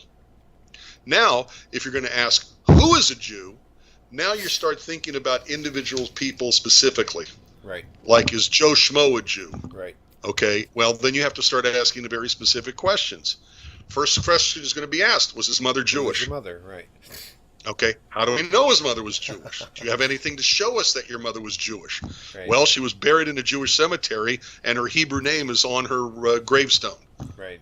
Okay, I mean, I have a copy of my parents' ketubah. Okay, you see what I'm saying? Right. So. Okay, so let's go ahead and move into, to me, a more, an equally important question is, why is it called a Jew? Why not a Hebrew? Why not an Israeli? Okay. There are various why words Jew? That were used for the same people over periods of time. Right. Okay. The children of Israel. Who was Israel? Israel was the other name given to Jacob. Remember wrestling with the angel? Yes, exactly. Okay. So the people of Israel, the children of Israel, the nation of Israel, all refers to the same basic group of people. Okay, then history intervenes. Life intervenes. When they became the descendants of Jacob, the people of Israel became slaves. They got the name of Hebrew, the Hebrews. Okay, when they moved into the promised land, okay, they became Israelites. Again, the people of Israel, Israel being the other name for Jacob. So you still have this familial family identity. Right. Okay. We already said King David had Solomon. Solomon had two, Solomon messes up and he's told by God, okay, after you, you're going to see the nation divided. Right. The nation will be divided. It gets not divided into the northern kingdom and in the southern kingdom. Right. Okay. Now let me find the references real quick. And by the way, while you're looking for the references, one quick easy way to remember who was between Jeroboam and Rehoboam, which of the two was a better king in general. Rehoboam, just remember, repent starts with R-E. There you go. That's a good memory marker. So, anyway. So what reference are you looking for in Kings, right? Wait a minute. Oh, heck. Give me a second. Okay. I've got to find this wonderful, wonderful file. While you're doing that, I'm going to read something from a friend who is on Facebook.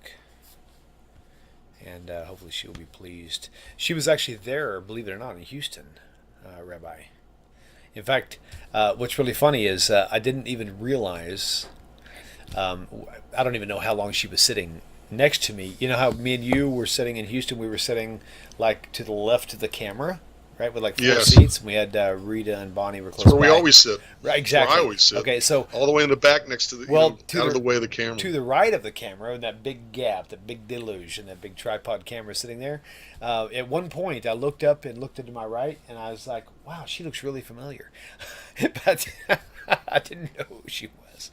That was our sweet sister Lorene Ward, and on Facebook, and it took me a second to register that, and after I realized who it was, I extended my hand, and then I thought she was going to be there for 2 days, and we didn't actually get to visit. So Lorene, thank you for coming. It was good to shake your hand at least.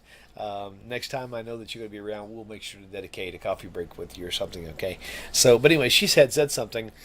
She says, I had went to an unveiling, and she didn't expect me to read this or anticipate this being a question, but I thought it would be a good thing to cover tonight at some point. She said, I went to an unveiling of a grave site, and a couple was asking questions about why you put stones on a grave site and why Absolutely. And why flowers are not used in a Jewish funeral. Absolutely. Yeah, so if you've got time, we'll cover that tonight.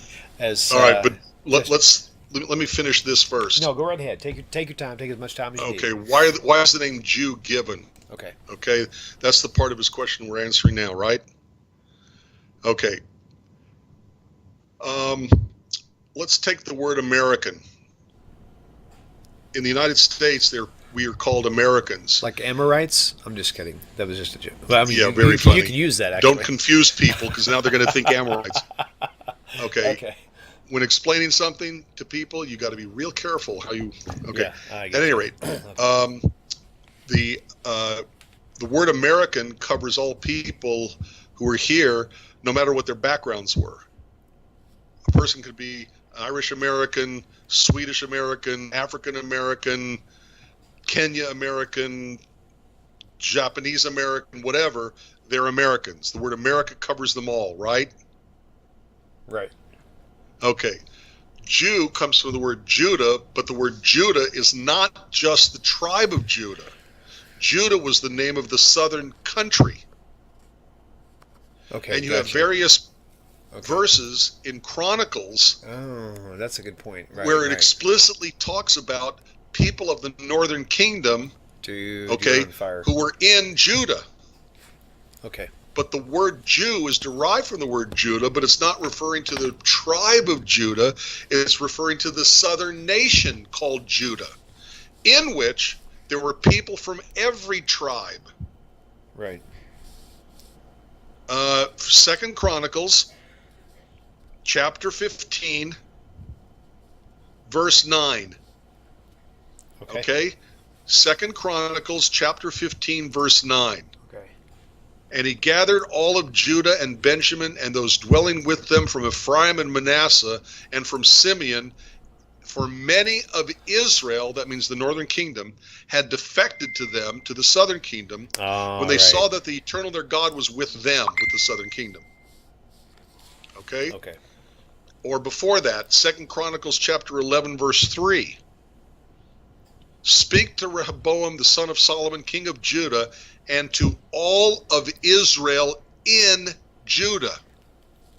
Gotcha. All of Israel means those people from the northern tribes, plural, 10 tribes in Israel, who were living in Judah.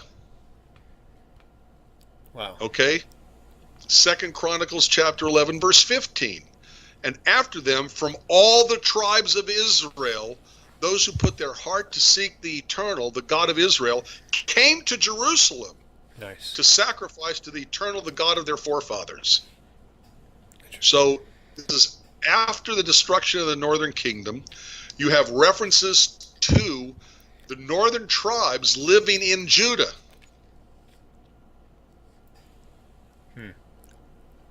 So the word Judah, which gives us our word Jew, is not referring to the tribe of Judah. It's referring to the nation called Judah, which was the southern kingdom that incorporated Jews from every single tribe.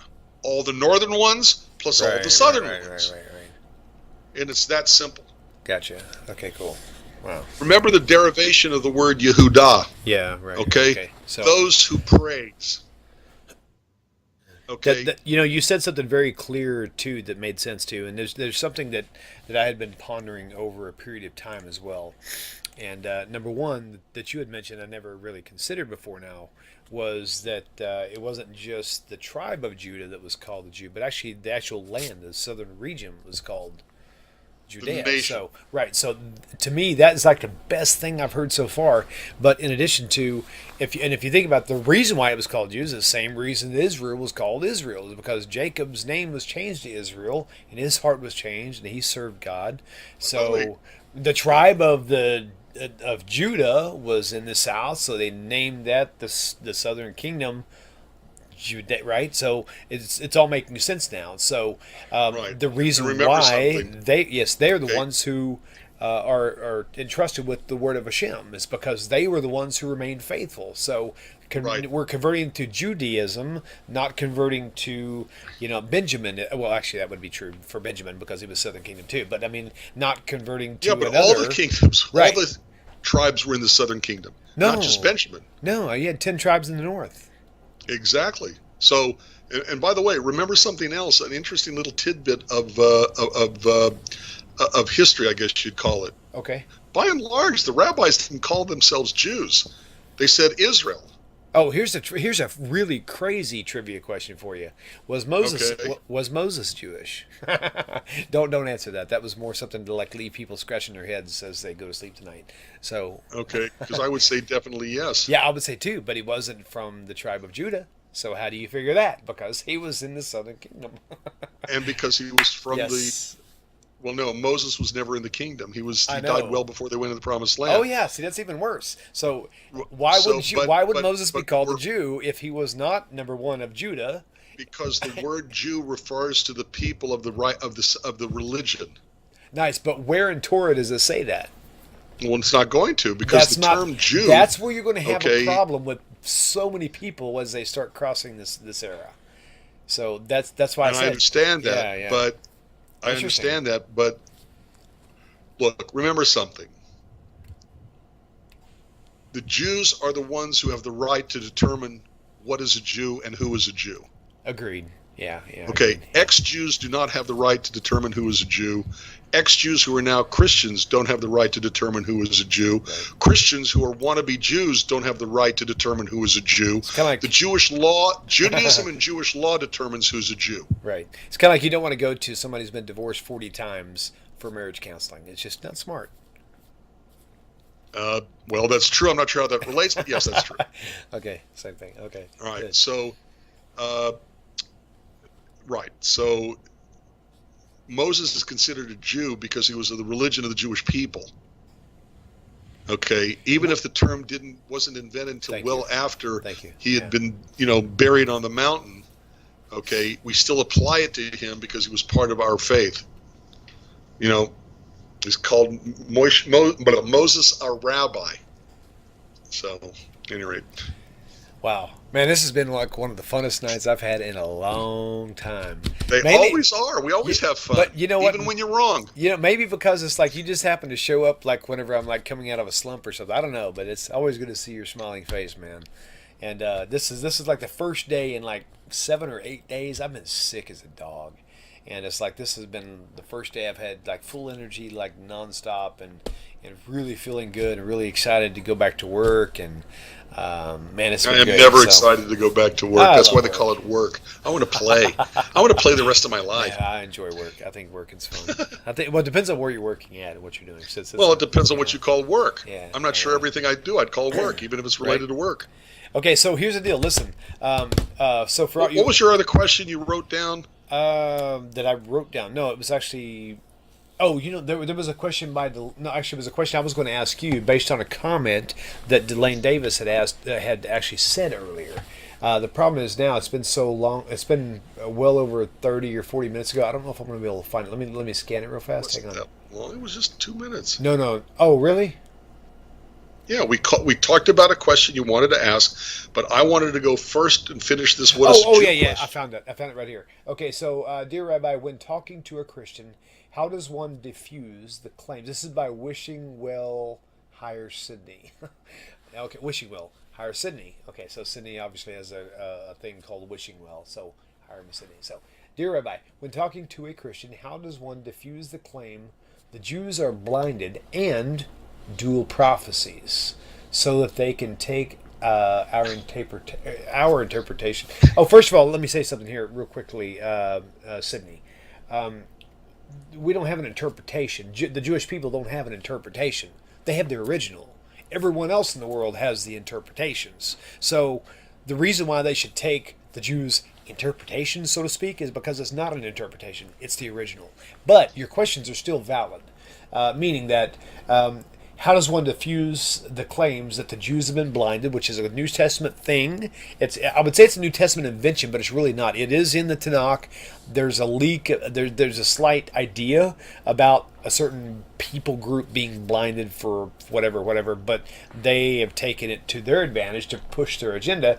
And then the second thing being the dual prophecies, which is really good because Rabbi Singer and I discussed this about 2 or 3 weeks ago on a couple shows back. So those are both really fantastic questions, and I expect that Rabbi Federow here will address both of them tonight before we discontinue this whole process. Absolutely. So, yes. Okay, go for it. If you can, you want to bring this up on your screen. Give me a second because I don't have that shot ready. But talk to us about it first, and then. It's 2 Corinthians chapter 3, verse 13 and following.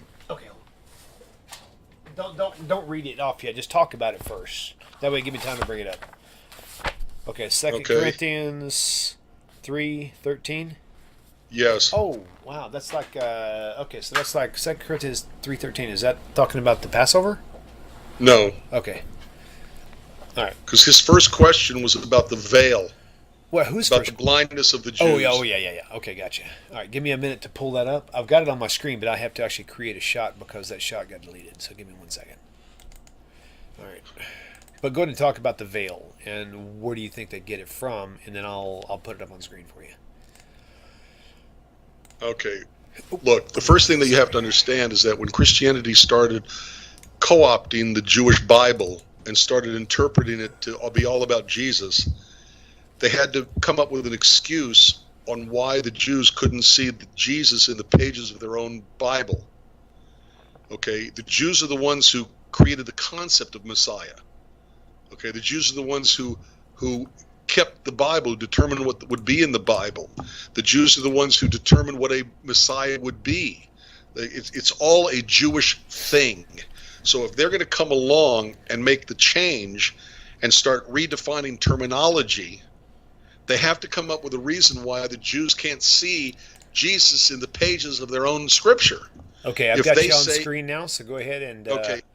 If they make the statement that Jesus is in the pages of the Hebrew Scriptures, they have to come up with an excuse on why the Jews don't see him there. Right. Okay. So that's why they're coming up with this whole veil over their mind business. Interesting. But it's a very interesting thing, the way in which they word it.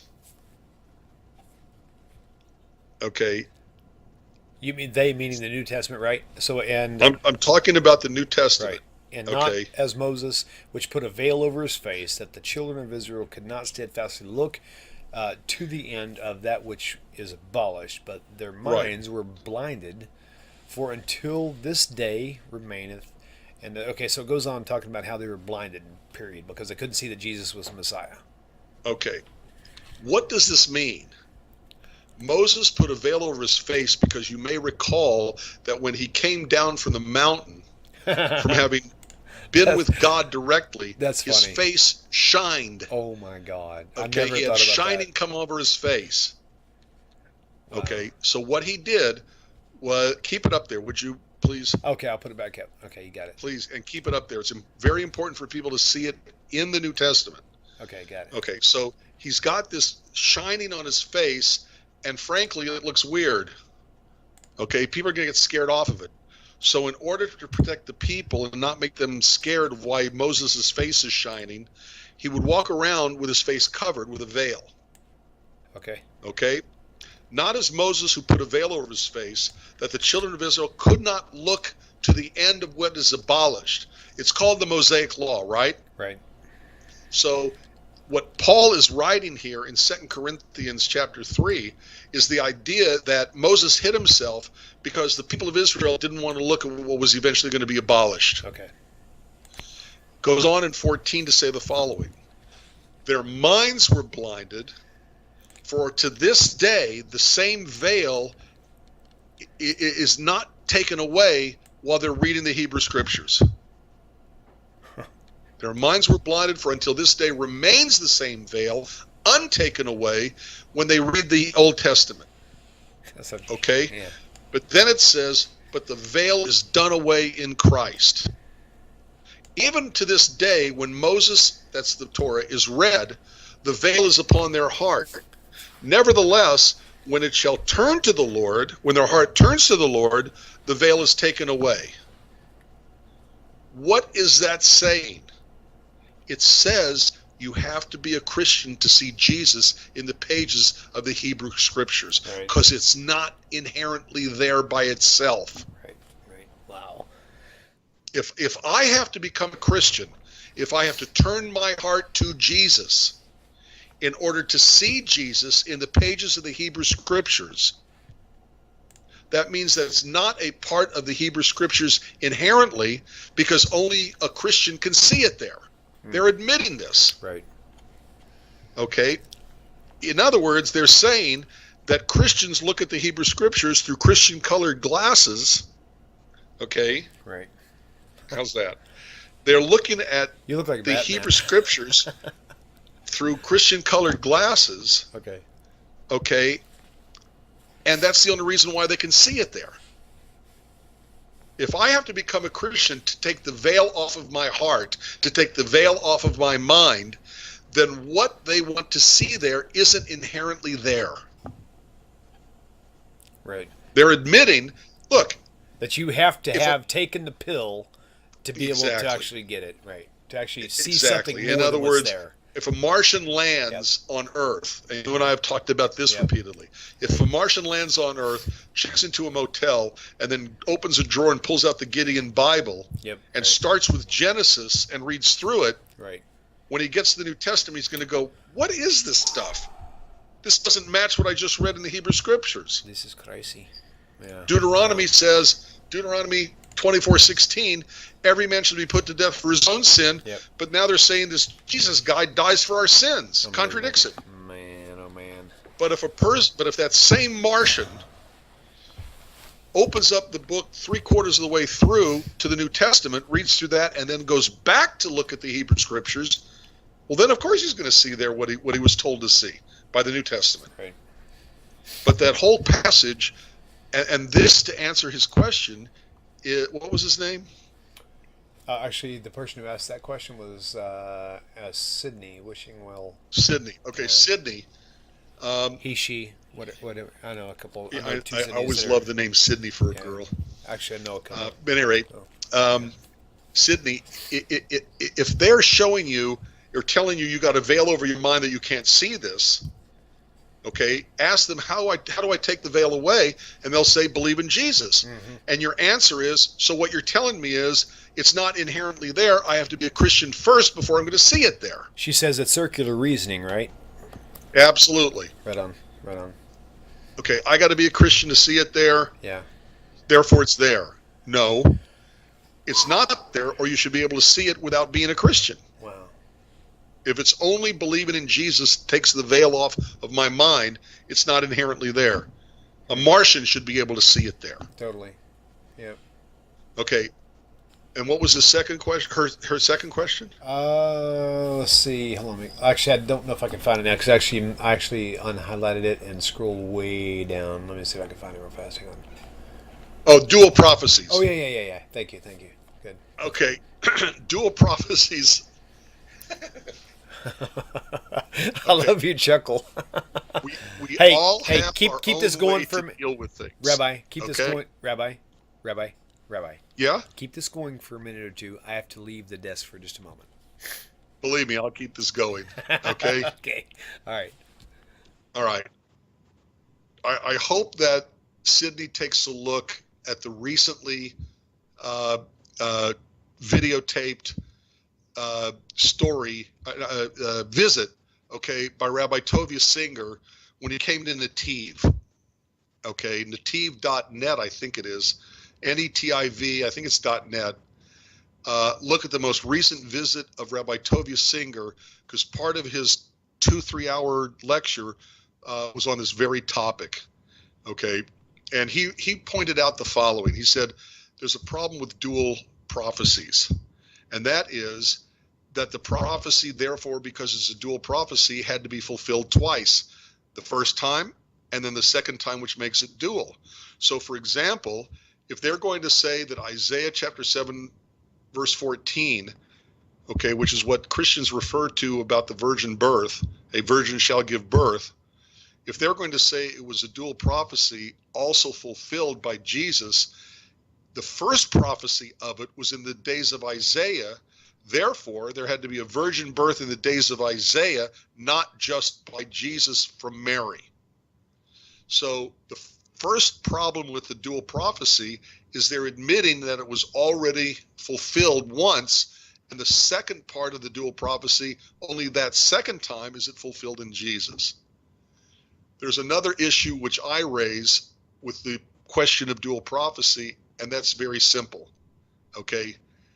If you're going to take a look at a prophecy in the Hebrew Scriptures and say, oh, but this is a dual prophecy of a later instance, why not say there's a triple prophecy or a quadruple prophecy? If you're going to say, for example, the virgin birth story, okay, that Rabbi Singer, used as an example, you're going to have to say, well, in the days of Isaiah, there was the initial prophecy fulfilled, and that was with the mother of the virgin mother of a child in the days of Ahaz, in Isaiah's time, and the second prophecy was Jesus, from Mary. Why not say there's a triple prophecy, okay? And Jesus's birth from Mary is the third prophecy, but the second prophecy is the virgin birth of Perseus, who was from his human mother Persephone, who was made pregnant without the benefit of sex. That's a virgin birth from Zeus. So now it's three prophecies: the time of Isaiah, the time of the Greeks, okay, with Zeus and Persephone, the human mother of Perseus, the semi-god. And then the third time would be Jesus. Why not say, if you can have two, you can have three, but you can also have four prophecies? So what about the fulfillment of virgin birth with me and names? First you had Dina. Greece, then you had Dina, Rome. right? And in Roman mythology, you also have gods born of human mothers by other gods for a father. So if you can have one prophecy and then claim there's two, why not claim there's 3 or 4 or 5 or 6? It Right. becomes ludicrous how many times you're going to say that a single prophecy gets to be able to be applied. Did you, William, did you catch that part of what I was saying? I just got back a second ago. So, all right, what I was saying very quickly is this. I used Rabbi Singer's example of this Isaiah 7:14, that if they're going to say a dual prophecy of this woman, of the virgin giving birth, that it had to have happened twice, because it's a dual prophecy, first fulfilled with Isaiah's time. Oh man, right. Okay, and then fulfilled a dual prophecy second time with Jesus from Mary. 700 years later, right. 700 years later, because you know that Ahaz is going to be so thrilled to know he has nothing to worry about, because some woman 700 years later is going to give birth. Yeah, long after he's dead, right. My point is that if you can have two, why can't you have three or four? That's a good point, right? Right. So not only do you have the virgin birth in the time of Isaiah, you also have a virgin birth in the time of Greeks, because Persephone gave birth to Perseus, having been pregnant from Zeus without benefit of sex. A pregnancy that's not from the act of sex means it's a virgin birth. So first it's fulfilled in Isaiah, then it's fulfilled with Greece, with Persephone. But what about the virgin births in Roman mythology? Right. So that's a third, fourth, fifth, sixth, however many there were, and then you come with Jesus. So if you can have a dual prophecy and say it's legitimate, you can have a triple prophecy and say it's legitimate, or a quadruple prophecy, or a... Which means Christianity should not reject Zeus, and they should not reject all these others. Exactly. As well. Right. Then they have to say that it was fulfilled in the birth of Perseus by Persephone, the human mother, and Zeus, the god for a father. If you allow for two, why not three or four or five prophecy fulfillments? Right. It becomes ludicrous. Okay, so, yeah, right. Purpose Film says an Orthodox Jew does not get involved in debates. That is true, by the way, except for those who are engaged in counter-missionary work. And who would be involved in counter-missionary work are those Jews who are educated rabbis who actually are protecting their Jewish people against people who are missionaries, in which case they need to be prepared to defend whatever the case may be. So that's really a non-issue tonight. But Purpose Films, let me remind you of something else. And you should check with Orthodox rabbis, don't believe me. But there's so much to study and so much to learn. Thank you. Most Jews, I don't care what they claim to be a part of, Orthodox, Reform, Conservative, Orthodox, Reconstructionist, purely Zionist, atheist, you name it. Comparative religion is a very specialized field of study. Okay? And yeah, true. Most Jews, most rabbis never pick up a New Testament to read it. There are some customs in some parts of Orthodoxy where you're forbidden to even own or read a New Testament or the religious literature of another religion. So unless a person is involved in comparative religion and in these kinds of, trying to help Jews get out of Christianity, they're not going to know anything about what we're talking about. Right. And they need to. It's a specialized field of study. The thing is, especially now, in our current world, anybody, especially people in America, or I say that because that's where I'm at, it's the only thing I know, is there's so many people who are really geared to pushing towards trying to convert Jews. So realistically, people need to be more open, rabbis need to be more open-minded to the wolves that are actually keeping, they're eyeballing their flock, because it's really to the point of almost a plague in the sense of things, because it's actually taught to the Jew first and then to the Gentile. Of course, later on he says, the heck with you Jews in the New Testament, but still, it's a real big epidemic going on right now. So my recommendation would be, as any of you who or even non-Jews who maybe go to the synagogue and are able to talk to your rabbis just because y'all are friends or whatever, just kind of, they need to be aware that, the people are constantly looking out for Jewish people to try to target them for conversion, so it's really important that they know. The good thing about it is, though, now I think that is someone who's actually going to, who is a religious Jew, who actually attends the synagogue and who really is someone who studies their Tanakh, they're not going to fall for it anyway. It's the Jewish people who are cultural Jews. Those are the ones who are going to fall for it. Ones who weren't raised in a William, studious household. Those are the ones who will fall for this whole. by and large, what you are saying is correct. Okay, but however, people can be lulled to sleep if they believe that only non-Orthodox Jews can get sucked in to. No, I didn't say non-Orthodox. I said non-studious. Okay, all right. I didn't, but I would argue. Yeah. But I would argue that the Orthodox don't read. The prophets. Yeah, no. They don't read the New Testament. They don't read anything Christian. Okay, they don't understand the first reason of why a person would even ask a question that they ask when they're trying to missionize someone. Right, but my point is the Jewish person who has never seen the New Testament, who has known nothing but studying the Tanakh, and I don't mean just the Torah, which is going to be the synagogue activity plus software if that's how it works, but just a Jew, a studious Jew who studies the entire Tanakh, who has been raised in this household, would never fall for New Testament theology. That's what I'm saying.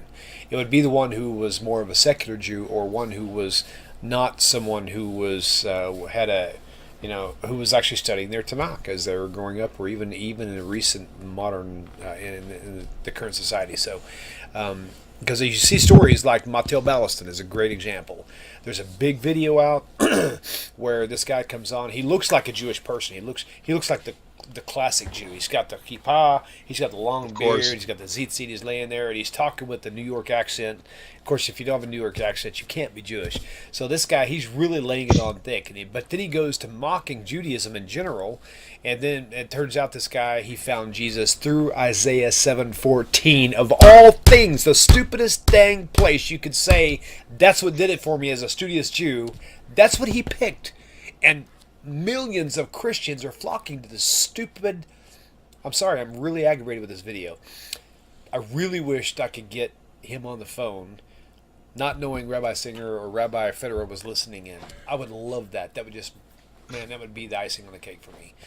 Some things I used to have a high tolerance for because of ignorance, but the more and more I'm in this journey, Rabbi, the less and less tolerance I'm having, and I need to be careful with that, because Tanakh Talk is going to be here for a long time, and I need to make sure that we're patient. William, there is such a common story with these people who've gone Messianic Judaism. Right. Okay, it's a very common story. Whether they agree with me or not, take a look at every single autobiography of every single Jews for Jesus, Messianic Jew, Hebrew Christian, whatever they're calling themselves this week. Every autobiography written, because they always talk about major Problems, addiction, divorce, alcoholism, all these problems that they had that Jesus just took away. Right. And then they start looking at the Hebrew Scriptures and seeing what they already believe there, which is what we were talking about earlier with the, Christian glasses. Right. Okay. It's not that they pick up the Bible and start reading it and become a Christian from it. It's because they're already Christian and now they're reading the Hebrew Scriptures through their already existing Christian glasses. Right. So, and every single one of their autobiographies that I've ever run across, they don't say, I woke up one day and somehow it just made sense to me that God has to turn himself into a human being and then offer himself up as a sacrifice of himself to himself in order to forgive people for their sins. They don't do that. They always talk about the problems they had and the addictions they had and the divorce, or mommy, I could make straight A's and I was never good enough. Okay. Right. And Jesus takes away my guilt, and it's all emotional. It's all, and I got to tell you, I don't care how educated you are in Judaism. I don't care if you are 50 years in yeshiva. If the emotional problems a person is having can be satisfied by their conversion to Christianity, they'll do it. They'll justify it rationally later, but emotionally they will go to it even if they have a very good Orthodox training. Yes, I agree with you.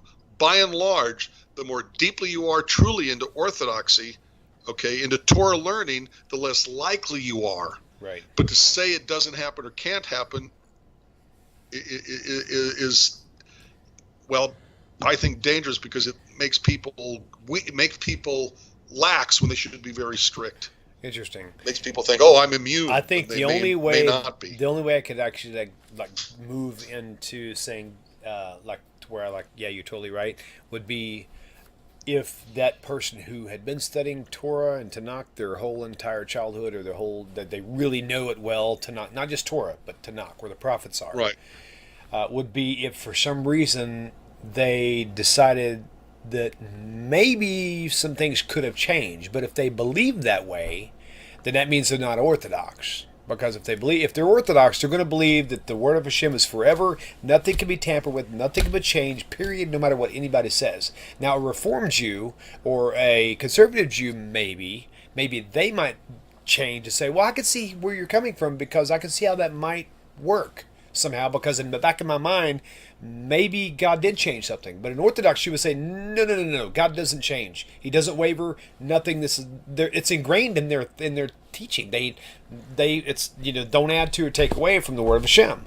And so once you tarry away from that, you become reformer. You become even conservative, whatever the case may be. So I think that there's just a lot of terminology that really bounces things around in the different categories. There's too many variables. I think you're right. So well, I'll tell you what, it's been a really, really cool. I'm really glad we got to do 2 hours tonight, because I've missed you for 2-3 weeks now. This is the third week we Something finally like that. got in the Yeah, studio. it's good man. to be back. Yes. I miss talking with you. Man, I missed the show with you as well. Fortunately, I got to see you, but I really... And no offense, I enjoyed seeing you. I enjoyed hanging out with you. I enjoyed eating steak with you, kosher steak in Houston. But I really missed the show. So 2 hours, bada boom, bada bing.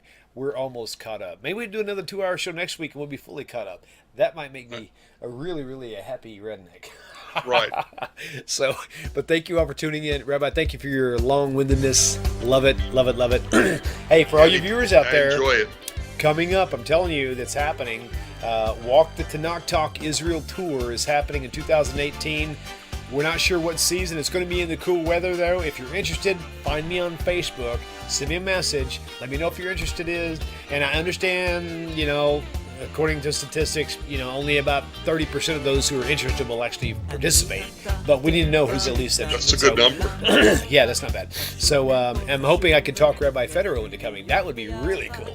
So, and I know that would be a sweet surprise for Rabbi Singer as well. So it's been great. It's been a great show. And I really love you, Rabbi. Thank you so much for your time. Thank you all the viewers. Great questions out there. Thanks for calling in. We'll see you next time. Tomorrow night, Rabbi Chaim Kaufman, Controversial Issues. We might actually get into Zionism. We will see. We'll find out. Rabbi, shalom, shalom to you. And Shalom, shalom. Shalom, shalom. Take care, everybody. Bye-bye.